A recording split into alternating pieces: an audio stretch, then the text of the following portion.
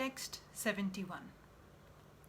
A person who has given up all desires for sense gratification, who lives free from desires, who has given up all sense of proprietorship and is devoid of false ego, he alone can attain real peace. To become desireless means not to desire anything for sense gratification. In other words, desire for becoming Krishna consciousness is actually desirelessness.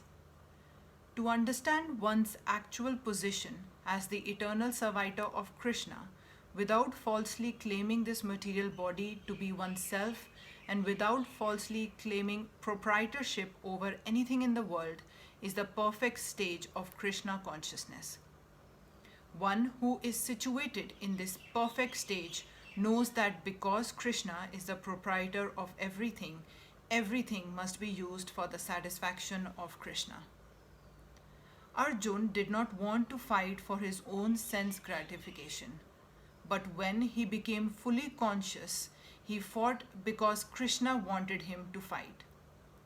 For himself, there was no desire to fight, but for Krishna, the same Arjun fought to his best ability. Real desirelessness is desire for the satisfaction of Krishna, not an artificial attempt to abolish desires. The living entity cannot be desireless or senseless, but he does have to change the quality of desires.